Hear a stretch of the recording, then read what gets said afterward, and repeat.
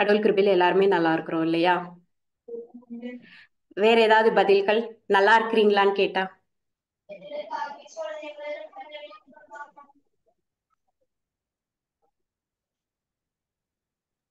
Okay.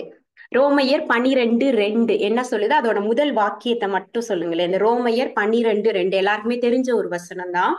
ரோமையர் 12:2 அந்த முதல் first sentence மட்டும் என்னது அது? உலக போக்கில் ஒழுவாதீர்கள். உலக போக்கின்படி ஒழுகாதீர்கள். ஒழுவாதீர்கள். ஓகே. உலக போக்கு அப்படின்னா என்ன? மாற்றமடைவதாக. தேங்க்யூ சிஸ்டர், கடவுளுக்கு நன்றி.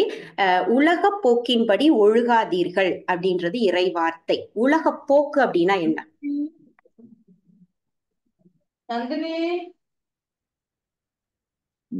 நீங்க என்ன நினைக்கிறீங்க? இறை வார்த்தைக்கு முரண்பாடா நடந்துக்கிறது உலக போக்கு சிஸ்டர். இறை வார்த்தைக்கு முரண்பாடாக. Okay okay. ரொம்ப சிம்பிளா சொல்லணும் அப்படின்னா, இந்த உலகம் ஒரு வழிமுறையை கொடுத்திருக்குது. சரியா? இந்த உலகம் இப்படிதான் இருக்கும், நீ இப்படிதான் இருக்கணும்னு சொல்லி நம்மளும் சின்ன வயசுல இருந்தே ட்ரெயின் ஆயிருக்கிறோம். அது இறைவார்த்தைக்கு எதிரான பட்சத்துல உலக போக்கின்படி ஒழுகாதீங்க. உலக போக்கின் உலகம் உங்களுக்கு கற்றுக் கொடுத்திருக்கப்படி நீங்க ஒழுகாதீங்க, அதன்படி நடக்காதீர்கள் அப்படின்னு தான் இறைவார்த்தை சொல்லுகிறது. ஓகே. அப்ப நம்ம எல்லாருமே உள்ளம், அதுக்கு அடுத்தது சொல்லும், உள்ளம் புதுப்பிக்கப்பட்டவர்களாக இருக்க வேண்டும். இந்த உள்ளம் புதுப்பிக்கப்படுதல் அப்படின்னா என்ன? Mind renewal. ஈவன் இங்கிலீஷ்ல வந்து ரெனியூவிங் அப்படின்னு இருக்கும். அது வந்து ஒரு கண்டினியூஸ் டென்ஸ்ல இருக்கும். அப்படின்னா யாருமே ரெனியூட், நான் புதுப்பிறப்பு அடைந்து விட்டேன், எனது மனதை நான் புதுப்பிறப்பு செய்து விட்டேன்னு சொல்ல முடியாது. இது ஒரு கண்டினியூஸ் டென்ஸ். ஓகே. ஒவ்வொரு நாளும் இது நடந்துகிட்டே இருக்க வேண்டிய ஒரு நிகழ்வாதான் இருக்கும். ஓகே. அப்ப இந்த உள்ளம் புதுப்பித்தல் அப்படின்னா என்ன அப்படின்னா, நம்மளுடைய நினைவுகள், ஓகே, கடவுளுடைய நினைவு, கடவுள் நம்மளுடைய எண்ணங்கள் கடவுளுடைய எண்ணங்களால ரீப்ளேஸ் பண்றது. Okay. Exchange our thoughts with God's thought. Okay. கடவுளுடைய அவர் என்ன நினைக்கிறாரோ அதை தான் நானும் நினைக்கணும். என்னுடைய ஐடியாஸ் கிடையாது, ஆண்டவருடைய ஐடியாஸை தான் நான் நினைக்கிறேன். ஓகே. இதுதான் ஒரு மைண்ட் ரெனிவல், சிந்தனையில் மாற்றம் வருவது. ஓகேயா? அப்ப நம்ம ஒரு கிறிஸ்தவர்களாக இருக்கிறோம், கிறிஸ்துவின் சாயல்ல இருக்கிறோம் அப்படின்னா கிறிஸ்து நம்ம கிட்ட என்ன எதிர்பார்க்கிறாரோ அதன்படிதான் நம்மளுடைய பதில் இருக்கணும். இந்த உலகம் கற்றுக் கொடுக்கறது படி நம்மளுடைய பதில் இருக்கக்கூடாது. ஓகே. உலகம் சில பேர்லாம் சொல்லுவாங்க, நல்ல ஆசீர்வாதமா இருப்பாங்க, ஆனா நல்லா இருக்கிறேன் அப்படின்னு சொல்றத யாரும் அடுத்தவங்க ஏதாவது நம்மள வந்து கண்ணு வச்சிருவாங்களோ அப்படின்னு நினைச்சு நல்லா இருக்கிறேன், கடவுள் எனக்கு ஆசீர்வாதமா கொடுத்திருக்காருன்னு கூட சொல்ல மாட்டாங்க. அதுதான் அந்த உலகத்தின் போக்கு. ஓகே. ஆனா கடவுள் நம்ம கிட்ட என்ன விரும்புறாரு? எபேசியர் 1:3 என்ன சொல்லுதுன்னு சொல்லுங்க, யாராவது வாசிங்க. எபேசியர் 1வது அதிகாரம் 3வது வசனம். நம் ஆண்டவராகிய இயேசு கிறிஸ்துவின் தந்தையும் நம் ஆண்டவராகிய இயேசு கிறிஸ்துவின் தந்தையும் கடவுளுமானவர் போற்றி. கடவுளுமானவர் போற்றி. அடுத்தது,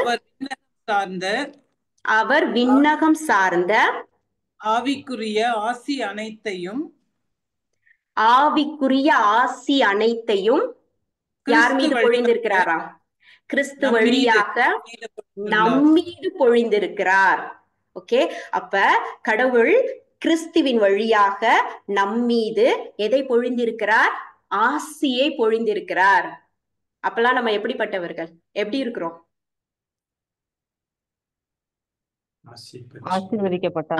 எப்படி இருக்கிறீங்கன்னா, நான் ஆசீர்வாதமா இருக்கிறேன். ஓகே. ஏன்னா நான் சொல்லல, இறைவார்த்தை சொல்லுது, உங்க மேலே என் மேலும் ஆசி பொழியப்பட்டுள்ளது. பொழிவேன்னு சொல்லல, கிறிஸ்து வழியாக we are blessed. ஓகே. அப்ப நம்ம என்ன சொல்லலாம்? ஆசீர்வாதமா இருக்கிறேன். ஓகே. லூக்கா 4:18, லூக்கா 4:18 என்ன சொல்லுது? ஆண்டவரின் ஆவி என் மேலே, ஏனெனில் அவர் எனக்கு என்னை அருள் பொழிவு செய்துள்ளார். ஆண்டவருடைய ஆவி என் மேல், ஏனெனில் அவர் என்னை அருள் பொழிவு செய்திருக்கிறார். I am anointed. ஓகே. எப்படி இருக்கிறீங்க? நான் அருள் பொழிவு செய்யப்பட்டவனாக இருக்கிறேன். இதுதான் உலகத்தின் போக்கிலிருந்து வேறுபட்ட கிறிஸ்தவர்களாக நம்மை காட்டுவது. ஓகே. அட்லீஸ்ட் இதை வந்து சின்ன சின்ன விஷயங்கள்ல நம்ம பழகலாம். அந்த நம்பிக்கையாளர்களோட பேசும் பொழுது, ஓகே, ஆண்டவருக்குள்ள இருக்கிறவங்களோட பேசும் பொழுது, நான் ஆசீர்வாதமா இருக்கிறேன், நான் அனாயிட்டட், நான் அருள் பொழிவு பெற்றவனாக இருக்கிறேன், பெற்றவளாக இருக்கிறேன்னு நம்ம ஸ்டார்ட் பண்ணணும். ஏன் அப்படின்னா, ஒரு சின்ன கதை சொல்றேன். ஒருத்தர் வந்து ஒரு ஊர்ல ஒரு பேக்கரி வச்சிருக்கிறார். ஓகே, அவருக்கு டெய்லி வெண்ணெய் தேவைப்படும் இல்லையா, அந்த ரொட்டிகளை தயார் செய்யறதுக்கு. அதனால அங்க இருக்கக்கூடிய ஒரு பால் வியாபாரி கிட்ட இருந்து டெய்லி ஒரு கிலோ வெண்ணெய் வாங்குவாராம். சரியா? அப்ப ஒரு நாள் இவருக்கு திடீர்னு ஒரு டவுட் வந்திருக்குது. நம்ம டெய்லி இவர்கிட்ட இருந்து இந்த வெண்ணெய் வாங்குறோம், நம்ம வே பண்ணி பாக்குறதே கிடையாது. அதாவது அதை சரியா இருக்குதான்னு நம்ம செக் பண்றதே இல்லை. ஒரு நாள் செக் பண்ணலாமேன்னு சொல்லிட்டு வேயிங் மிஷின்ல வச்சு எடை பாக்குறாரு. அப்ப ஒரு 100 கிராம் குறைஞ்சிருந்துச்சான். ஓகே, ஒரு பயங்கர கோபம். நம்ம நம்பி இந்த மனுஷன்ட்ட இருந்து வாங்கிட்டு இருக்கிறோம், அப்ப எனக்கு இந்த ஆளு டெய்லி 100 கிராம் குறைச்சுதானே கொடுத்துருக்கிறாரு அப்படின்னு சொல்லி அவர் கூப்பிட்டு கேட்கிறாரு, உன்னை நான் இவ்வளவு நம்புனேன், ஓகே, எனக்கு நீ டெய்லி இது மாதிரி 100 கிராம்ஸ் குறைஞ்சிருக்கிற மாதிரியே இந்த வெண்ணெயை கொடுத்துட்டு இருக்கிறியே அப்படின்னு அந்த பால் வியாபாரி சொன்னாராம். நான் ரொம்ப எளிமையான ஒருத்தன், என்கிட்ட எடைக்கல்லு கூட கிடையாது. நீங்க எப்ப பேக்கரி வச்சீங்களோ இந்த ஊர்ல, அப்பையில இருந்து என் குடும்பத்திற்கு தேவையான ரொட்டிகளை உங்ககிட்ட இருந்துதான் நான் வாங்கிட்டு இருக்கிறேன். 1 கிலோ வாங்குவேன், இந்த ரொட்டியை நான் வச்சு அதற்கு ஈக்குவலண்டான வெண்ணெய் இந்த பக்கம் வைப்பேன். ஓகே, நான் சரியா இருக்கும் பொழுது உங்ககிட்ட கொடுத்துருவேன் அப்படின்னு சொன்னாராம். அப்ப யார் மேல தப்பு இருக்குது? வெண்ணெய் கொடுத்த வியாபாரி மேல தப்பு இல்ல, ரொட்டி விக்கிற பேக்கரிக்காரர் மேலதான் தப்பு இருக்கு. ஓகே, இன்னைக்கு நம்மளும் அப்படிதான். தப்ப நம்ம ஒரு இடத்துல வச்சுக்கிட்டே எனக்கு இன்னும் ஆசீர்வாதம் கிடைக்கல அப்படின்னு ஏன் கிடைக்கலன்ற விஷயத்த மட்டும் அடுத்தவர்களை பிளேம் பண்ணோம். ஏன் சில நேரம் கடவுளை கூட குறை சொல்லியிருப்போம். இப்ப சொல்றோம்னு இல்லை, ஒரு காலத்துல சொல்லி இருந்திருக்கலாம். சரியா? அப்ப நாம் தவறுகிற ஒரு விஷயம், அதுவும் அடிக்கடி நல்லா தெரியும், ஆனா அடிக்கடி தவறுகிற ஒரு விஷயமா எது இருக்குது அப்படின்னா, நம் வாயிலிருந்து வரக்கூடிய வார்த்தைகள். நம்ம என்ன பேசணும் எல்லாருக்கும் தெரியும், என்ன பேசணும்ன்றது தெரியும், எதை பேசக்கூடாதுன்னு தெரியும், ஆனால் நாம் அடிக்கடி தவறுகின்ற ஒரு விஷயமாக இது இருக்கு. ஓகே, அப்ப அதை பத்தி ஒரு சரியான புரிதல் இருக்கணும். ஓகே, அடிக்கடி நம்ம செய்யக்கூடாதுன்றத நம்ம ரொம்ப கான்சியஸா இருக்கணும். அந்த உணர்த்துதல் நமக்கு எப்போதும் இருந்துகிட்டே இருக்கணும். ஓகே, இப்ப நம் வாயிலிருந்து வரக்கூடிய வார்த்தைகள், இப்ப ஒரு ஹோட்டலுக்கு போறோம், ஓகே, ஒரு ரெஸ்டாரண்ட்ல போய் ஒரு ஏதோ ஒரு டிஃபன் ஆர்டர் பண்றோம், அதுல கொடுக்கக்கூடிய ஒரு கறியை ஒரு கண்டெய்னர்ல ஊத்தி நமக்கு கொடுக்குறாங்கன்னு வச்சுக்கோங்க, அதை பேக் பண்ணி கொடுப்பாங்க. அதே போலதான் நம்ம பேசுகின்ற வார்த்தைகள் அப்படிங்கிறது இந்த கண்டெய்னர் போலதான், ஒரு அடைக்கப்பட்ட ஒரு பாத்திரம் போல. அதற்கு உள்ளாக இருக்கக்கூடியது ஒண்ணு விசுவாசமாக இருக்கும், இல்லைன்னா அதுக்கு எகெயின்ஸ்டான பயமாக இருக்கும். இங்கிலீஷ்ல சொல்லுவாங்க faith filled words or fear filled words அப்படின்னு சொல்லிட்டு. நம்முடைய வார்த்தைகள் உள்ளடக்கியது எது அப்படின்னா, ஒண்ணு நம்பிக்கை, இல்ல அது ஒரு கஷ்டம் சோகத்தை பத்தி நம்மளுடைய ஆன்சைட்டி அப்படியா இருந்தாலும் அதோடைய ரூட் என்ன அப்படின்னா பயம். பயத்துடைய வெளிப்பாடுதான் நமக்கு வரக்கூடிய கவலைகள் எல்லாமே. ஓகே, அப்ப நம்ம எதை பேசணும்னு எல்லாருக்குமே தெரியும். எதை பேசணும்? நம்பிக்கை ததும்பிய வார்த்தைகளை தான் பேசணும். ஓகே, அப்பதான் இந்த நம்பிக்கை, எப்ப நம்ம இந்த ஃபெய்த் ஃபில்டு வேர்ட்ஸ், இந்த நம்பிக்கை நிறைந்த வார்த்தைகளை பேசுகிறோமோ, அது இறையாட்சிக்கு திறவுகோலாக இருக்குது. It's a key to God of kingdom. Okay, ஆனா நம்ம எப்ப இந்த ஃபியர் ஃபில்டு வேர்ட்ஸ், இந்த பயம் நிறைந்த வார்த்தைகளை பேசுகிறோமோ, அது இருளின் ஆட்சிக்கு திறவுகோலா இருக்கு. ஏன்னா வார்த்தைகளுக்கு என்ன இருக்குது? வல்லமை இருக்கிறது. Okay, words are powerful. வார்த்தைகளுக்கு வல்லமை இருக்கிறது. வல்லமைனா என்ன? பவர்னா என்ன? எல்லாத்தோட டெபினிஷன் உண்மையிலேயே நமக்கு சரியா தெரிஞ்சிருக்கணும். பிரதர் கூட மெசேஜ்ல அடிக்கடி சொல்லுவாங்க, அது ரொம்ப ஆழமா நமக்கு தெரியும் பொழுதுதான் நம்மளால அந்த விவிலியத்தோட புரிதல் இன்னும் ஜாஸ்தியா இருக்கும். பவர், ஒரு வல்லமை என்றால் என்ன? ஆசீர்வாதம். வல்லமைங்கிறது ஆசீர்வாதமா? ஆண்டவருடைய திருவுளத்தை நிறைவேற்றுவதற்கு தேவையான சக்தி, அது ஆசீர்வாதம். இறை திட்டம் நம்மில் செயல்படுவது, செயல் வெளிவருவதற்கான அந்த எனர்ஜி, வெளியில செயல் யா, கடவுளுக்கு நன்றி. அது ஒரு உந்துதல், அது சக்தின்னு சொல்லலாம். என்ன அப்படின்னா, இந்த பவர் அப்படிங்கிறது ஒரு உந்துதல், ஒரு சக்தி. அது ஒரு விஷயத்தை மாற்றி அங்க ஒரு ரிசல்ட்டை ப்ரொடியூஸ் பண்ணுது. ஓகே, எக்ஸாம்பிளா பார்த்தோம்னா எலக்ட்ரிசிட்டியை ஒரு பவர் அப்படின்னு சொல்றோம். ஸ்விட்ச் ஆன் பண்ண உடனே லைட் ஒருவேளை ஆஃப்ல இருக்கலாம், அந்த ஸ்டேட் மாறிடும். மாறி அந்த லைட் ஆன் ஆகி நம்ம அந்த ரிசல்ட்டை பார்க்க முடியும். அதுதான் பவர். ஓகே, சோலார் பவர்ன்றோம். சூரியனிடமிருந்து வரக்கூடிய ஒரு வெப்பத்தை நாம் பயன்படுத்தக்கூடிய ஆற்றலாக நம்ம மாற்றி நம்ம அதை சமைச்சுக்கலாம், மின்சாரமா பயன்படுத்திக்கிறலாம். சோ அது ஒரு சக்தி, இட்ஸ் அ ஃபோர்ஸ், ஒரு உந்துதல் அப்படின்னு நம்ம சொல்லலாம். ஓகே, அது ஒரு சிச்சுவேஷனை சேஞ்ச் பண்ணி நமக்கு ஒரு ரிசல்ட்டை ப்ரொடியூஸ் பண்ணுது. Okay, words are powerful. ரெண்டுலயும் நடக்கலாம். ஓகே, விசுவாசம் நிறைந்த வார்த்தைகள்னா என்ன? இறை வார்த்தைகள் தான். ஓகே, இதை நாம் பேசும் பொழுது நம்முடைய இருள் நீங்கி ஒளி அப்படிங்கிற ஒரு ரிசல்ட்டை நம்மளால பார்க்க முடியும். அதே தான் ஆப்போசிட். ஓகே, எப்பொழுது இந்த இறை வார்த்தைக்கு எதிரான வார்த்தைகள் வருகிறதோ அப்ப ரிசல்ட் ஆப்போசிட்டா தான் இருக்கும். It's powerful. ஏதோ ஒண்ணு வரும், அது நல்லதா இருக்கணும் இல்ல கெட்டதா இருக்கும். ஓகே, நீதிமொழிகள் 18:21 என்ன சொல்லுது? நீதிமொழிகள் 18:21 வாழ்வதும் நாவாலே வாழ்வதும் நாவாலே சாவதும் நாவாலே. வாயாடுவோர் பேச்சின் பயனை துய்ப்பர். ஒவ்வொருவரும் அவர்களுடைய பேச்சின் பயனை துய்ப்பர். அந்த பயன் நல்லதாக இருக்கலாம் அல்லது கெட்டதாக இருக்கலாம், ஆனால் பேச்சின் பயனை துய்ப்பார் அப்படின்னு இறைவார்த்தை நமக்கு சொல்லுது. ஓகே, இதுல போராட்டம் எங்க தெரியுமா வருது? இது எல்லாருக்குமே தெரிஞ்சது. அந்த புரிதல் நான் தெரியல அப்படின்னு நான் சொல்லல.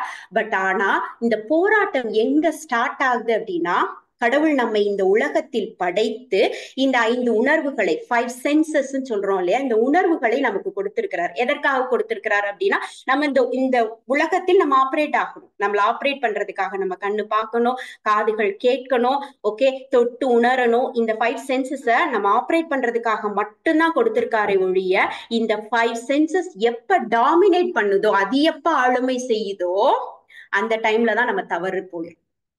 ஓகே, ஏன்னா இந்த உணர்வுகள் எதை பாக்குதோ அதை தான் நம்மளோட கம்யூனிகேட் பண்ணுது. ஓகே, இப்ப நான் இந்த ஸ்கிரீன்ல தெரியுறேன் அப்படின்னா உங்களுக்கு என்னை மட்டும்தான் தெரியும். இப்ப நான் என் கையில பைபிள் இருக்கு அப்படின்னு தூக்கி காட்டினேன்னா தான் உங்களால பார்க்க முடியும்.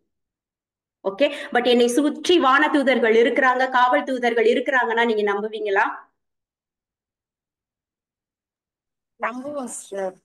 நம்புவோம். ஏன்னா அது இறைவார்த்தை. பார்க்க முடியாது. ஓகே, பார்க்க முடியாது.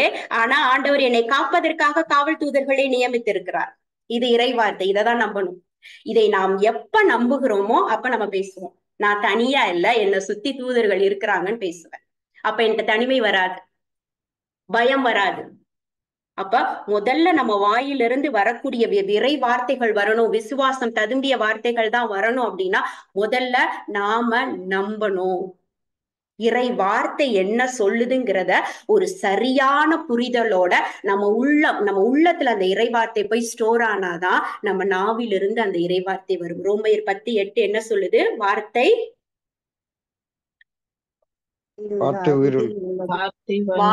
உயிர் உள்ளது, ஆற்றல் வாய்ந்தது, கூர்மையானது. இந்த வார்த்தை உள்ள போய் இருக்கணும். அப்பதான் இந்த உயிருள்ள வார்த்தை, ஆற்றலுள்ள வார்த்தை நம் வாயிலிருந்து வெளிப்படும். ஓகேயா? இப்ப ரொம்ப ட்ரெண்டியா ஒரு கொஸ்டின் போயிட்டு இருக்குது. இந்த இன்டர்வியூஸ்ல எல்லாம் கேட்டுட்டு இருக்கிறாங்க. என்ன அப்படின்னா, ஒரு டைம் மிஷின் கொடுத்து நீங்க மாத்தணும் அப்படின்னா எதை மாத்துவீங்க அப்படின்னு சொல்லிட்டு. ஓகே, நான் இந்த மெசேஜ் ப்ரிப்பேர் பண்றப்பதான் கேட்டேன், ஒருவேளை இந்த மிஷின் வந்துச்சுன்னு வச்சுக்கோங்களே, இந்த நம்ம யோசுவாவும் காலேபும் போய் சொன்னாங்க பாத்தீங்களா, கானான் நாட்டுல ஒண்ணும் இல்லடா, வாங்க உள்ள போய் வாழுவோன்னு. அதை கேட்டுட்டு உள்ள போடுற விஷயத்த மாத்தி வச்சிருந்திருக்கலாம். ஏன்னா 8 அடி தூரத்துல இருக்கக்கூடிய கானான் தேசத்தை அவங்க போகாம உள்ள போனவங்க எல்லாரும், மெஜாரிட்டி ஆஃப் பீப்புள் என்ன சொன்னாங்க, அங்க ஸ்பை அனுப்புறாரு மோசே, போய் பார்த்துட்டு வாங்கன்னு சொல்லிட்டு. ராட்சசர்கள் இருக்கிறாங்க, அவங்க நம்மள கொன்றுவாங்கன்னு சொல்றாங்க. யோசுவாவும் காலேபும் சொல்றாங்க, ஐயோ கடவுள் நமக்கு வாக்களித்த தேசம் அது, ஒரு திராட்சை கொலைய 10 பேர் தூக்கிட்டு வர்ற அளவுக்கு அவ்வளவு செழிப்பா இருக்குது அந்த நாடு, வாங்க போலான்னு சொல்றாங்க. ஆனா மெஜாரிட்டி எப்போதுமே ஜெயிக்கும் இல்லையா? அப்ப எல்லாரும், ஆனா கடவுளுடைய காரியத்துல அப்படி கிடையாது, உண்மை மட்டும்தான் ஜெயிக்கும். ஓகே, மக்கள் நம்பல, 40 வருஷம் சுத்தி திரிஞ்சாங்களா? ஓகே, இதே மாதிரிதான் இன்னைக்கு நமக்கும் நிறைய ராட்சசர்கள், உடல் நோய்ங்கிறது, பொருளாதார சிக்கல்கள் என்ற நம்ம சந்திக்கக்கூடிய ஒவ்வொரு சவால்களும் அப்படிதான் இருக்குது. அப்ப நம்ம யோசுவாவும் காலேபும் பார்த்ததுபடி ஆண்டவர் எனக்கு வாக்களித்திருக்கிறார்.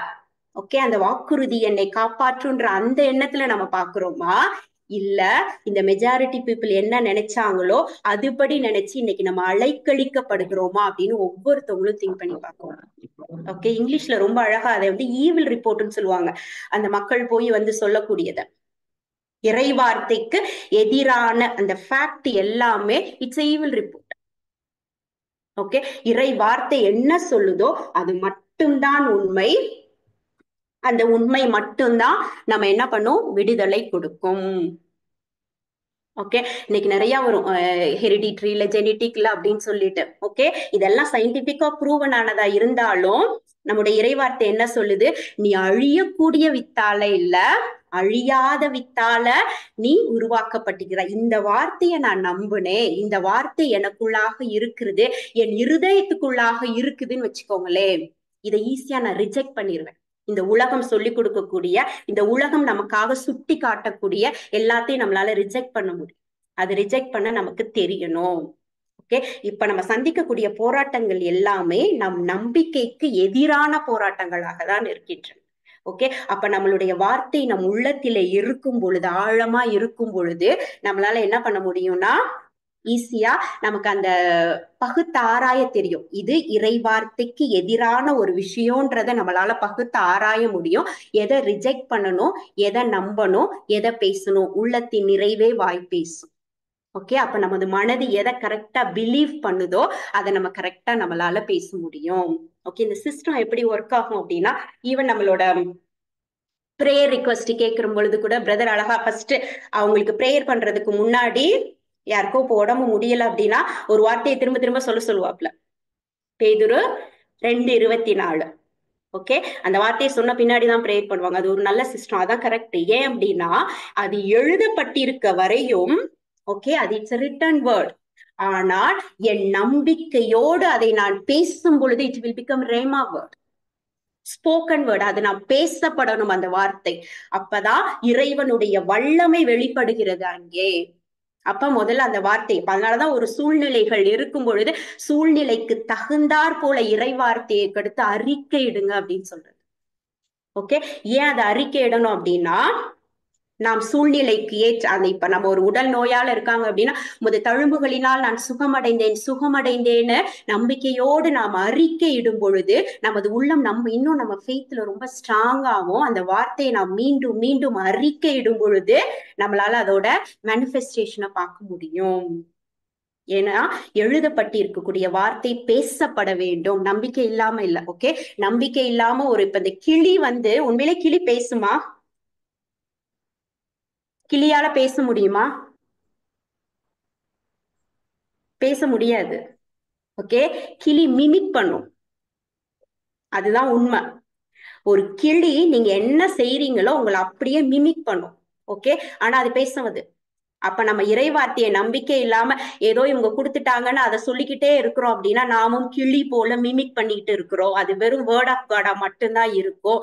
நமது நம்பிக்கை மேலோங்க, இது எனக்கு நடக்கும் அப்படிங்கிற உறுதியான நம்பிக்கையோடு அந்த வார்த்தையை நாம் அறிக்கையிட அது பவர் ஆஃப் காடா மாறும்.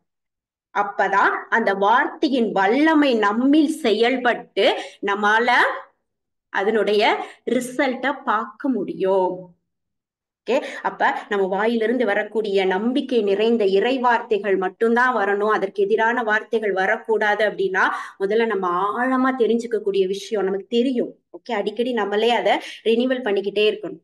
என்ன அப்படின்னா, நான் கடவுளுடைய சாயலால் படைக்கப்பட்டு இருக்கிறேன். அவர் என்ன பேசினாரோ அதை தான் நானும் பேசணும், அவர் என்ன செய்தாரோ அதை தான் நானும் செய்யணும். ஈவன் எனக்கு மேல நீங்க செய்யணும்னு சொல்லிட்டு போயிருக்கிறார். சரியா? கடவுள் பேசினார், குருடன் பார்வை பெற்றான், அங்கே இருள் நீங்கியது, அவனுக்கு பார்வை கிடைத்தது. இயேசு பேசினார், முடவன் நடந்தான், முடக்குவாதம் போனது, அவன் மீண்டும் எழுந்து நடந்தான். லாசர்ட்ட பேசினாரு, இறப்பு அங்க போச்சு, உயிர்ப்பு வந்தது. இன்னைக்கு நாமும் பேசும் பொழுது இந்த விஷயங்கள் எல்லாம் நடக்கணும் அப்படின்னா ஒரு விஷயம் ரொம்ப நம்ம தெரிஞ்சுக்கணும். கடவுள் இந்த உலகத்தில் மனிதனாக வந்த பொழுது பாவம் தவிர அனைத்திலும் அவர் மனிதனாக மட்டும்தான் இருந்தார். அவர் வல்ல செயல்கள் செய்வதற்கு ஒரு நம்பிக்கை தேவைப்பட்டது. அந்த நம்பிக்கையை தான் இன்னைக்கு நமக்கு பொழியப்பட்டு இருக்கிறது நம் உள்ளங்களில். ஓகே, இந்த நம்பிக்கையில தான் நம்ம ஆக்டிவேட் ஆயிட்டு இருக்கோம். நம்பிக்கையில எந்த குறைபாடும் கிடையாது. ஆனா நமக்குள்ள அப்பப்ப வந்து எழுது பாத்தீங்களா ஒரு அன்பிலீஃப். ஓகே, இந்த உலகம் நமக்கு இந்த சூழ்நிலைகள் நம்மை ஆட்கொள்ளும் பொழுது அது கொடுக்கின்ற ஒரு பயம், ஒரு கவலை, இதெல்லாம் போய் தான் நம் நம்பிக்கையை வந்து அந்த இடத்துல ஒரு குறைக்குது. ஓகே, திருத்தூதர்கள் பண்ணுனாங்க. இயர்லி கிறிஸ்டியன்ஸ், அந்த நாம பார்க்கக்கூடிய அப்போஸ்தலர்களால எல்லாமே பண்ண முடிஞ்சிச்சு. ஓகே, நம்மளால பண்ண முடியல அப்படின்னா நம் நம்பிக்கையில் குறைபாடு இருக்கிறது. திருத்தூதர் பணிகள் 14:8. திருத்தூதர் பணிகள் 14:8 எடுங்களேன்.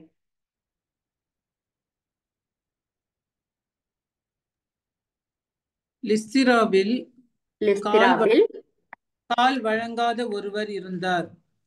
கால் விளங்காதது ஸ்பெல்லிங் மிஸ்டேக். பிறவியிலேயே கால் ஊனமுற்றிருந்த ஒருவர், அவர் ஒருபோதும் நடந்ததில்லை. அவர் அமர்ந்து பவுல் பேசியதை கேட்டுக் கொண்டிருந்தார். அவரிடம் நலம் பெறுவதற்கான நம்பிக்கை இருப்பதை கண்டு பவுல் அவரை உற்று பார்த்து உரத்த குரலில், நீர் எழுந்து காலூன்றி நேராக நில்லும் என்றார். அவர் துள்ளி எழுந்து நடக்கத் தொடங்கினார். Price the Lord. ஓகே, இந்த நிகழ்ச்சி அப்படியே வச்சுக்கோங்க. ஓகே, இதே இது மார்க் 2ல முடக்குவாதமுற்ற ஒருவனை அந்த கூரையிலிருந்து பிரிச்சு உள்ள இயேசு கிட்ட கொண்டு வர ஒரு நிகழ்வு இருந்தது. ஓகே, இங்க லிஸ்திராவுக்கு பவுலும் பர்னபாவும் போறாங்க, இறை வார்த்தையை அறிவிச்சுக்கிட்டு இருக்கிறாங்க அங்க. அப்ப பிறவியிலேயே கால் ஊனமுற்ற ஒருவன். ஓகே, இங்க நிறைய பேர் மெடிக்கல் ஃபீல்ட்ல இருக்கிறவங்க இருப்பீங்க. நான் சொல்றது கரெக்டா இருக்கும்னு நினைக்கிறேன். உண்மையில இடையில ஒரு ஆக்சிடென்ட்ல ஒருத்தவங்களுக்கு ஒரு பார்வை போனாலோ கால் ஏதோ பிரச்சனைனா கூட சரி பண்ணிடலாம். பிறவியிலே இருக்கிறவங்களை குணப்படுத்துறதுன்றது இட்ஸ் அ மெடிக்கல் மிராக்கிள். அது நடக்காத ஒரு காரியம் நான் நினைக்கிறேன் இல்லையா? அப்படிப்பட்ட ஒருவன் அங்க இருக்கிறான். ஓகே, அவனுடைய இந்த பவுல் அங்க அறிக்கையிட்டு இருக்கு, சாரி, அவர் அங்க போதிச்சுக்கிட்டு இருக்கிறாரு, இறை வார்த்தையை எடுத்து சொல்லிட்டு இருக்கிறாரு. அந்த சமயம் இந்த மனிதனுடைய செயல்பாடு, ஏன்னா அவனுடைய நம்பிக்கையை கண்டு அப்படின்னு இருக்கும். ஓகே, இந்த மனுஷன்ட்ட நம்பிக்கை இருக்குது, இந்த கால் நடக்க முடியாத ஒரு மனுஷன்ட்ட நம்பிக்கை கண்டு அப்படின்னா அங்க ஏதோ ஒரு செயல்பாடு நடந்திருக்குது. அவன் அந்த இறை வார்த்தையை கேட்ட உடனே, அதுக்கு முன்னாடி ஒரு ஹோப்லெஸ் சிச்சுவேஷன்ல தான் இருந்திருப்பான். நம்ம இனிமே நடக்கவே மாட்டோம் அப்படின்ற ஒரு எண்ணத்துலதான் இருந்திருப்பான். இந்த இறை வார்த்தை அவனுக்குள்ளாக போகும் பொழுது அங்க என்ன நடக்குது அப்படின்னா ஒரு புதிய ஹோப் வருது, ஒரு எதிர்நோக்கு வருகிறது. ஓகே, இந்த எதிர்நோக்கு வந்த உடனே அவன் ஏதோ பவுல்கிட்ட சொல்ல முயற்சி பண்ணியிருக்கலாம், இல்ல அவரை ரீச் பண்ண முயற்சி பண்ணியிருக்கலாம். ஏதோ ஒரு செயல் பவுல் அங்க ரீச் ஆகுது. பவுல் பாக்குறாரு, இதேதான் அங்கேயும் நடக்கும். முடக்குவாதம் உற்றவரை நால்வர் சுமந்து உள்ள வர முடியாம மேல்கூரையை பிரிச்சு இறக்குவாங்க. இயேசு அவர்களின் நம்பிக்கையை கண்டுன்னு இருக்கும் மார்க் 2வது அதிகாரத்தில். ஓகேயா, அப்புறமா நீங்க படிச்சு பாருங்க, அத அந்த மார்க் இங்க இருக்கும். ஆமா, இயேசு அவர்களுடைய நம்பிக்கையை கண்டு. இங்க பவுல் இந்த கால் ஊனமுற்றவனின் நம்பிக்கையை கண்டு. இயேசு எப்படி கண்டாரு அப்படின்னா, அவங்க கஷ்டப்பட்டு அந்த கூரையெல்லாம் பிரிச்சு உள்ள இறக்கும் பொழுது அவங்களுடைய செயல்பாடு அந்த நம்பிக்கையை காண வைத்தது. இங்கே இந்த மனுஷனுடைய செயல்பாடு பவுல் கிட்ட காண வைத்தது. உடனே சொல்றாரு, எழுந்து நடன்றாரு. இம்மீடியட்டா துள்ளி குதித்து எழுந்தான். அப்ப இயேசுவால செய்ய முடிந்தது பவுலால இங்கே செய்ய முடிந்தது. பவுலும் நம்மளை போன மனிதர் தான். இயேசு கூட கடவுள் மனிதராக வந்தவர், பவுல் சாதாரண மனுஷன். ஓகே, அப்ப வார்த்தை அங்க பவர் வல்லமை வெளிப்பட்டது. இயேசுடைய வார்த்தைகளின் வல்லமை முடக்குவாதமுற்றவனுக்கு வெளிப்பட்டது போல இங்கேயும் கால் ஊனமுற்ற ஒருத்தனுக்கு புதிய எதிர்நோக்கை கொடுத்தது பவுலுடைய வார்த்தைகள். அவருடைய வல்லமை வெளிப்பட்டு அவனுக்கு விடுதலையை கொடுத்தது. இதே போல நம்முடைய வார்த்தைகளும் வல்லமை நிறைந்தவையாக இருக்கணும். ஓகே, அப்ப இந்த இடத்துல வந்து நம்முடைய வார்த்தைகள் முதல்ல அந்த நம்ம இருதயத்தில் இருக்க வேண்டும். ஓகே, அப்பதான் அது நம்முடைய வாயில வெளிப்படும். ஓகே, 2வது விஷயம், இப்போ வந்து மனிதர்களை நம்ம லாஸ்ட் மெசேஜ்ல கூட கேட்டோம், மனிதரை நாம் வந்து கம்ப்ளீட்டா கடவுளை தான் சார்ந்திருக்கோம். அப்பதான் நம்ம வந்து இந்த மாதிரி ஒரு என்னைக்குமே நம்ம கரெக்டா எதை பேசணுமோ அதை பேசுவோம். ஓகே, மனிதனை நம்புகிறவன் சபிக்கப்பட்டவன்னு இறைவார்த்தை இருக்குது இல்லையா? ஓகே, நம்ம கம்ப்ளீட்டா நம்ம கடவுளை சார்ந்து இருக்கும் பொழுது ஓகே நம்ம இன்னும் கூட கான்சியஸா இருப்போம். ஓகே, ஒரு எக்ஸாம்பிள் சொல்றேன். இந்த பிளைட் எல்லாம் வந்து இப்ப புவிக்கு ஒரு ஈர்ப்பு விசை உண்டு, கிராவிட்டி பவர் உண்டு, ரைட்டா? எந்த ஒரு பொருளை தூக்கி போட்டோம்னாலும் அது தன் வசம் இழுக்கக்கூடிய ஒரு சக்தி புவிக்கு இருக்குது. அப்ப ஏன் பிளைட் பறக்குது?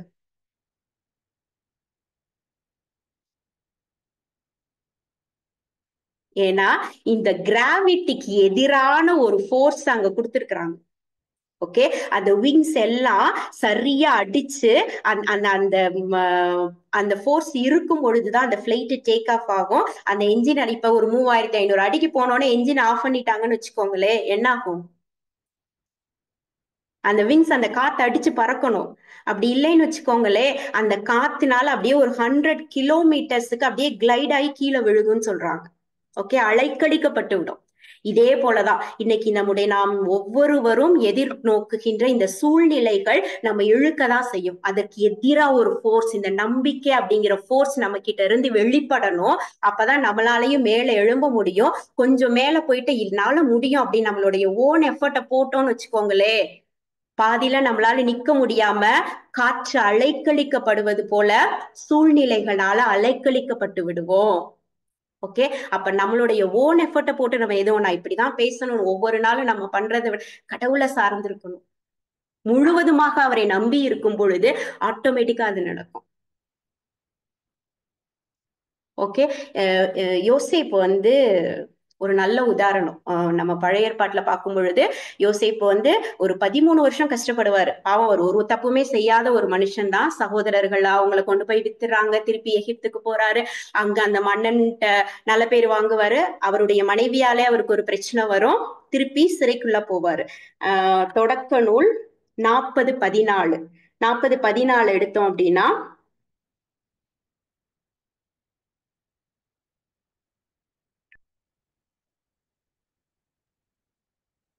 உனக்கு வாழ்வு நலமாய் அமைந்த பின் என்னை மறவாமல் எனக்கு தயை காட்ட வேண்டுகிறேன். ஓகே, இதோட சினாரியோ, இதோட இது என்ன அப்படின்னா, சிறையில அடைக்கப்படுறாரு யோசேப்பு. அப்ப வந்து அங்க இந்த மது பரிமாறுவோருடைய அந்த தலைவனையும் அங்க இருப்பாரு. அவருடைய கனவை பத்தி யோசேப்பு விளக்கி சொல்லுவாரு. அப்ப வந்து அந்த புரிதல் கிடைச்சோன்னா அந்த தலைவனுக்கு ரொம்ப சந்தோஷமாயிடும். அப்ப யோசேப்பு என்ன சொல்லுவாருன்னா, நீ வெளியில போயிருவ, அந்த கணவனுடைய உட்பொருள் அதான் இருக்கும். நீ வெளிய போய் உனக்கு நல்வாழ்வு கிடைச்ச உடனே என்னைய நினைவு கூர் அப்படின்னு சொல்லுவாரு. யோசிப்பு ஒரு இடத்துல தப்பு பண்ணியிருக்காரு. ஏன்னா இது வரைக்கும் அவர் வாயிலிருந்து நான் சகோதரர்களாலதான் கஷ்டப்பட்டேன், இப்படிலாம் பண்ணேன்னு அவர் எந்த இடத்துலயுமே பேசல. ஆனா ஒரு இடத்துல மனிதனை நம்புகிறவராக மாறுகிறார். அதே அதிகாரத்துல 23வது வசனத்தை வாசிங்களே. 40வது அதிகாரத்துல 23வது வசனம்.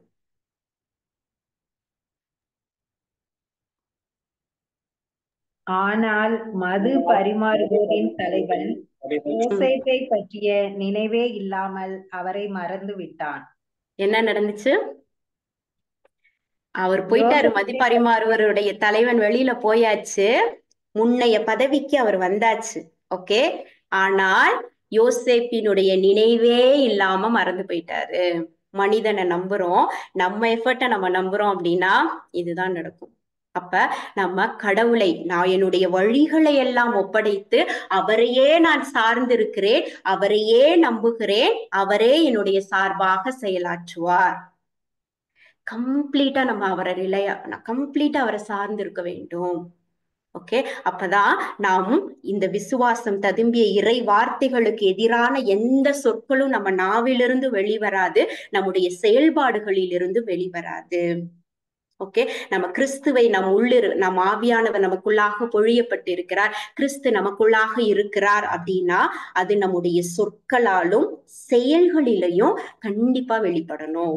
ஓகே, அப்ப வெளிப்படணும் அப்படின்னா இதெல்லாம் நமக்கு தெரியதான் செய்யும். நம்ம எதை பேசணும்ன்றதும் தெரியும், எதை பேசக்கூடாதுன்றதும் தெரியும். ஆனால் நாம் தவறுகிறோம் என்றால் சூழ்நிலைகளுக்குள்ளாக நம்ம பயப்படுகிறோம். இந்த உணர்வுகள் நம்மை ஆளுமை செய்கிறது அப்படின்றது அர்த்தம். இந்த புரிதல் இருக்கணும். அப்ப இதை நான் எதை ரிஜெக்ட் பண்ணணும், எதை அக்செப்ட் பண்ணணும் அப்படின்ற ஒரு கான்சியஸ்னஸ் இருக்கணும்.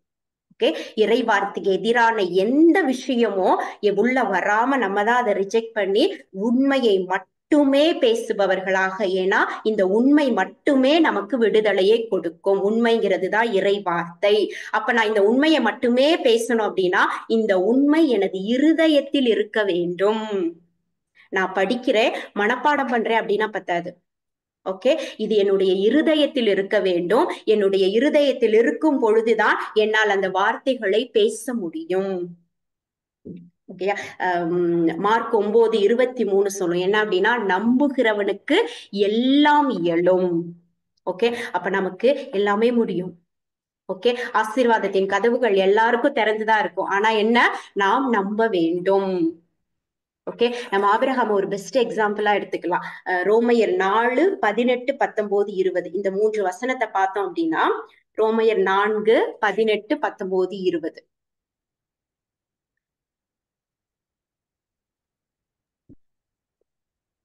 உன் உன் வழிமரபினர் எண்ணற்றவராய் எண்ணற்றவராய் இருப்பர் என்றும் ம், அவருக்கு சொல்லப்பட்டது.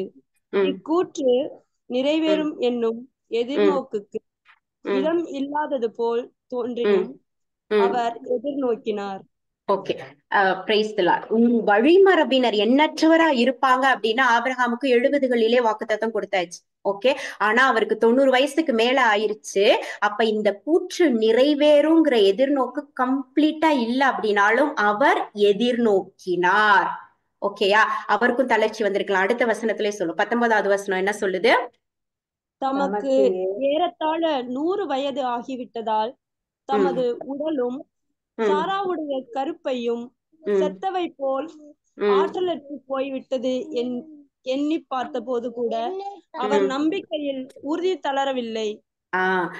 எல்லா சூழ்நிலைகளும் எகெயின்ஸ்டா இருந்தாலும் அவர் கொண்டிருந்த நம்பிக்கையில் அவர் உறுதி தளராமல் இருந்தார். ஓகே, அடுத்த 20லே இருக்கும். கடவுளின் வாக்குறுதியை பற்றி ஐயப்படவே இல்லை, நம்பிக்கையில் அவர் மேலும் வலுப்பெற்றார். ஓகே, அப்ப இந்த வசனம் என்ன சொல்லுது அப்படின்னா, ஒருவேளை அவருக்கு நம்பிக்கை குறைபாடு, ஏதோ சூழ்நிலைகள் வரும் பொழுது அவருக்கு நம்பிக்கை கொஞ்சம் குறைவா இருந்தாலும் அவரே அதை வலுப்படுத்தி இருக்கிறார். ஓகே, அப்ப நமக்கும் இன்னைக்கு சூழ்நிலைகளை பார்க்கும் பொழுது ஒரு அன்பிலீஃப் உள்ள வரலாம், ஒரு பயம் உள்ள வரலாம். எப்படி நம்ம வலுப்பெறணும்? இறை வார்த்தைகளை நம்பிக்கையோடு அறிக்கையிட ஒரு கவலை இருக்கும் பொழுது, ஆண்டவரே நீர் என் மீது கவலை கொண்டு இருக்கிறார், நான் கவலையே படமாட்டேன்னு சொல்லி அடிக்கடி சொல்லும் பொழுது நமக்கும் அந்த நம்பிக்கை வலுப்பெறும். ஓகே, அடுத்ததே இருக்கும், கடவுளை அவர் பெருமைப்படுத்தினார்னு இருக்கும். ஓகே, இன்கேஸ் உங்களுக்கு அந்த வார்த்தையை அறிக்கையிட முடியாத அளவுக்கு ஒரு ட்ரைனஸ், ரொம்ப பிளாங்க் ஆயிட்டான் அப்படின்னா ஜஸ்ட் பிரைஸ், ஆண்டவரை துதியுங்கள். ஓகே, நம்பிக்கையில ஒரு போரும் தளரக்கூடாது. நமக்கே தெரியும், இந்த இடத்துல நம்ம ஏதோ நமக்குள்ளாக ஒரு சின்ன கவலையோ பயமோ நெருக்கடியோ வரும் பொழுது நம் நம்பிக்கை குறையாத வண்ணம் நாம் வலுப்பற்றி கொண்டே இருக்க வேண்டும். அந்த நம்பிக்கைய அந்த ஸ்டேட்ல அப்படியே வச்சுக்கிட்டே இருக்கணும். ஓகே, ஆபிரகாமை பத்தி ஏன் அடிக்கடி பேசுறோம் அப்படின்னா, நடக்காத ஒரு விஷயம் நடந்தது ஆபிரகாமுக்கு. ஓகே, நான் அதே போலதான் நமக்கு கொடுத்த எல்லா வாக்குறுதிகளும் கண்டிப்பாக நடக்கும். நம்ம எப்படி பேசணும்? கடைசியா நான் இது ஒரு வசனத்தை மட்டும் சுட்டி காட்டிட்டு முடிக்கணும்னு நினைக்கிறேன். ரொம்ப அழகா எபேசியர் 4:29 இருக்கும் நீ என்ன பேசணும் அப்படிங்கிறது. எபேசியர் 4:29.